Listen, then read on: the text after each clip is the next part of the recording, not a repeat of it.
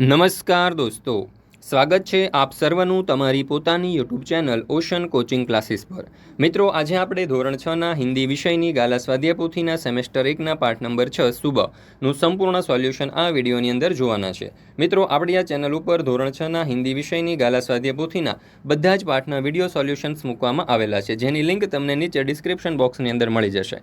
ધોરણ 6ના હિન્દી વિષયની ગાલા સ્વાધ્યાય પોથીના સંપૂર્ણ એટલે કે બધા જ પાઠના સોલ્યુશનની જે પીડીએફ છે તે પીડીએફ આપણી એપ્લિકેશન ઉપર મુકાઈ ચૂકી છે, તો જરૂરથી એપ્લિકેશન ડાઉનલોડ કરી અને આ પીડીએફનો અભ્યાસ કરી લેજો। તેમજ આપણા વોટ્સઅપ ગ્રુપમાં પણ જરૂરથી જોડાઈ જજો, જેથી કરીને તમે આવનારા તમામ વિડીયો જે છે તેની લિંક વોટ્સઅપ પર પ્રાપ્ત કરી શકો। મિત્રો, આ વોટ્સઅપ ગ્રુપમાં જોડાવા માટેની લિંક, એપ્લિકેશન ડાઉનલોડ કરવા માટેની લિંક અને તમામ વિડીયો જોવા માટેની લિંક તમને નીચે ડિસ્ક્રિપ્શન બોક્સમાં મળી જશે। ચાલો તો શરૂ કરીએ ધોરણ 6ના હિન્દી વિષયની ગાલા સ્વાધ્યાય પોથીના પાઠ નંબર 6 सेमेस्टर 1 सुबहનું સંપૂર્ણ સોલ્યુશન। प्रश्न नंबर 1, निम्नलिखित प्रत्येक प्रश्न के उत्तर के लिए दिए गए विकल्पों में से सही विकल्प चुनकर लिखिए। एम पहलू, रेशमा अब खाली जगह साल की लड़की है, तो अँ जवाब आवशे विकल्प सी 11। बीजू, रेशमा की माँ क्या बनाना चाहती थी, तो जवाब आवशे विकल्प डी लड्डू। त्यार पछी त्रीजू, माँ को रेशमा की आवाज़ में क्या महसूस हुआ, तो जवाब आवशे विकल्प बी दृढ़ता। चौथू, रेशमा बाजार से गोलू के लिए क्या लाई, तो जवाब आवशे विकल्प डी टॉफी।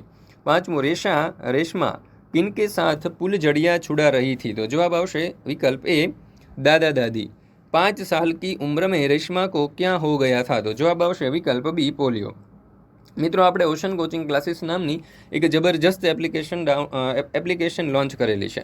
આ એપ્લિકેશનમાં તમે ધોરણ 3થી 12ના બધા જ વિષયના તમામ પ્રકારના સોલ્યુશનની પીડીએફ મેળવી શકશો, જેમ કે દરેક પાઠની સમજૂતી, દરેક પાઠના સ્વાધ્યાય, દરેક પાઠની સ્વઅધ્યયન પોથી, ગાલા સ્વાધ્યાય પોથી, પ્રશ્ન બેંક, એકમ કસોટીઓની અસાઇનમેન્ટ, પ્રથમ દ્વિતીય વાર્ષિક પરીક્ષાઓના પ્રશ્નપત્ર અને બીજા તમામ પ્રકારના સોલ્યુશનની પીડીએફ તમે અહીંથી મેળવી શકશો। તો જરૂરથી આપણી આ એપ્લિકેશન જે છે તે ડાઉનલોડ કરી લેજો। તમારા દોસ્તો, મિત્રો, સગા સંબંધીઓ કે જેઓ ધોરણ 3થી 12માં અભ્યાસ કરતા હોય તે દરેકને પણ આ એપ્લિકેશન વિશે જરૂરથી જણાવી દેજો। ત્યાર પછી જોઈએ પ્રશ્ન નંબર 2, કોષ્ટક में से उचित शब्द चुनकर रिक्त स्थानों की पूर्ति कीजिए। तो અહીંયા કોષ્ટકમાં તમે જોઈ શકો છો આપણને કેટલાક શબ્દો આપેલા છે। એમાં પહેલું, ओ मैं तो एकदम खाली जगह हो गई हूँ, तो जवाब आवशे भुलक्कड़।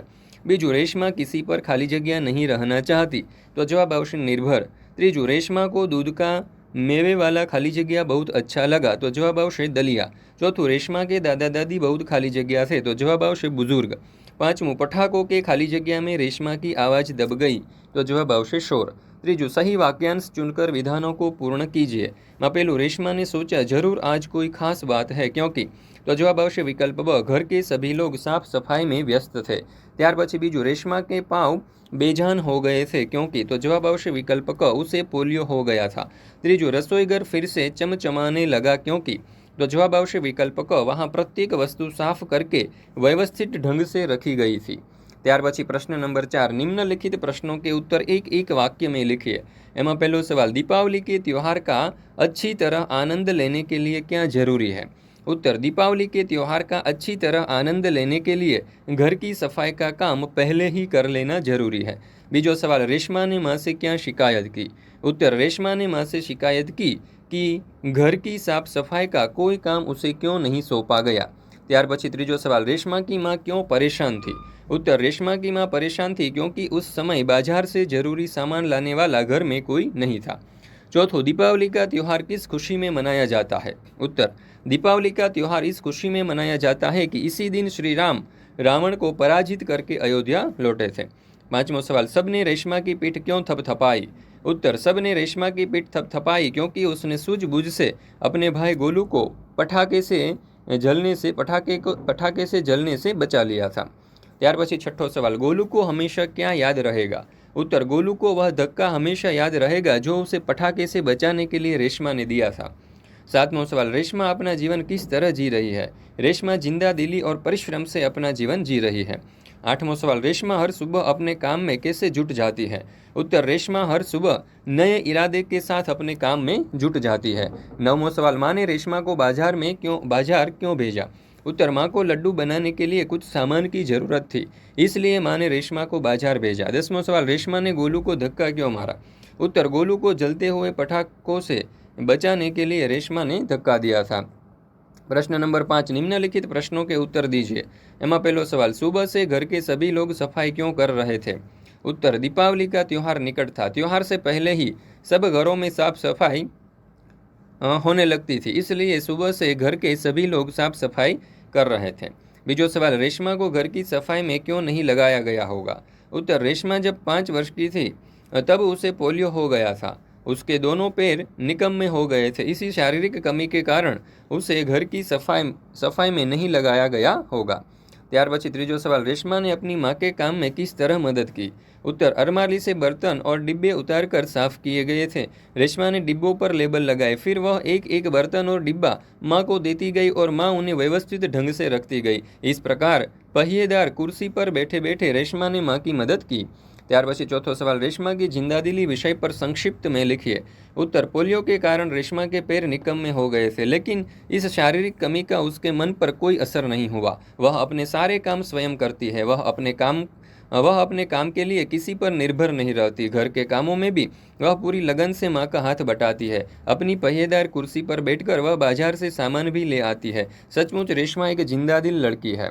ત્યાર પછી પ્રશ્ન નંબર 6, निम्नलिखित मुहावरों का अर्थ लिखकर उनका वाक्य में प्रयोग कीजिए। जान आना यानी कि चेतना आना। उत्तर, ठंडा पानी पिया तब शरीर में जान आई। बीजू, आंखों का तारा होना यानी बहुत प्यार होना। राकेश अपनी माँ की आंखों का तारा है। त्रीजू से आवाज देना यानी कि बुलाना अथवा तो पुकारना। उत्तर, माँ ने खाने के लिए बच्चों को आवाज दी। चौथुं से हाथ बटाना यानी कि काम में मदद करना। तो उत्तर आवश्य दीदी घर के कामों में माँ का हाथ बटाती है। पांचवं, मग्न हो जाना यानी कि तल्लीन हो जाना। उत्तर, मैदान में जाकर हम खेल में मग्न हो गए। छठू से पीठ थपथपाना यानी कि शाबाशी देना। मुझे प्रतियोगिता में इनाम मिलने पर पिताजी ने मेरी पीठ थपथपाई। ત્યાર પછી क्वेश्चन नंबर 7, निम्नलिखित शब्दों को वाक्य में प्रयोग कीजिए। मंडराना यानी कि आकाश में काले काले बादल मंडराने लगे। बाधा, हमारे रास्ते में कई बाधाएं आई। उत्सुकता, मुझे मेला देखने की बड़ी उत्सुकता थी। दृढ़ता, व्यायाम से शरीर में दृढ़ता आती है। बुजुर्ग, हमें बुजुर्गों का आदर करना चाहिए। व्यस्त, सुबह होते ही सब अपने अपने काम में व्यस्त हो जाते हैं। ત્યાર પછી પ્રશ્ન નંબર 8, निम्नलिखित वाक्यों में से विशेषण छांटिए। એમાં પહેલું, आसमान में काले काले बादल छाए हुए हैं, तो जवाब આવશે काले काले। बीजू, ऊंचे पेड़ पर सुंदर फल लगे हैं, तो ऊंचे पेड़। ત્રીજું, सफेद बकरी हरी घास खा रही है, तो सफेद और हरी। चौथું છે छोटा बच्चा फिसल गया, तो यहाँ जवाब આવશે छोटा। पांचमું, कक्षा में 10 लड़कियां बैठी है, तो यहाँ जवाब આવશે 10। छठું, कुत्ता वफादार प्राणी है, तो यहाँ जवाब આવશે वफादार। ત્યાર પછી પ્રશ્ન નંબર 9, નિમ્નલિખિત શબ્દों का શબ્દકોશ के क्रम में लिखिए। તો અહીંયા તમે જોઈ શકો છો શબ્દો આપણને આપેલા છે અને આપણે ક્રમમાં ગોઠવવાના છે। તો પહેલું આવશે અંગૂર, ત્યાર પછી આકાશ, તूफान, निर्दोष, भूकंप, मरीज, मेहनत, लंबी, श्रेष्ठ और सुंदर। મિત્રો, આપણે ઓશન કોચિંગ ક્લાસીસ નામની એક જબરજસ્ત એપ્લિકેશન લોન્ચ કરેલી છે। આ એપ્લિકેશનની અંદર તમે ધોરણ 3 થી 12ના બધા જ વિષયના તમામ પ્રકારના સોલ્યુશનની પીડીએફ મેળવી શકશો।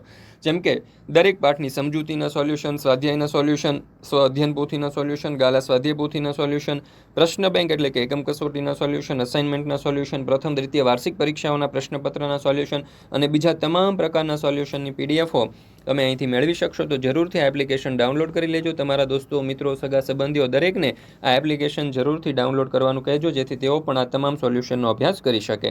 મિત્રો, આપણી આ ચેનલ ઉપર ગાલા સ્વાધ્યાય પોથીના બધા જ વિષયના તમામ પાઠના સોલ્યુશનના વિડીયો મૂકવામાં આવેલા છે, જેની લિંક તમને નીચે ડિસ્ક્રિપ્શન બોક્સની અંદર મળી જશે। તો જરૂરથી આ તમામ વિડીયો જે છે તે જોઈ લેજો। મિત્રો, આ વિડીયો પસંદ આવ્યો હોય તો લાઇક કરવાનું, તમારા મિત્રો સાથે શેર કરવાનું અને ચેનલને સબસ્ક્રાઇબ કરવાનું ભૂલશો નહીં।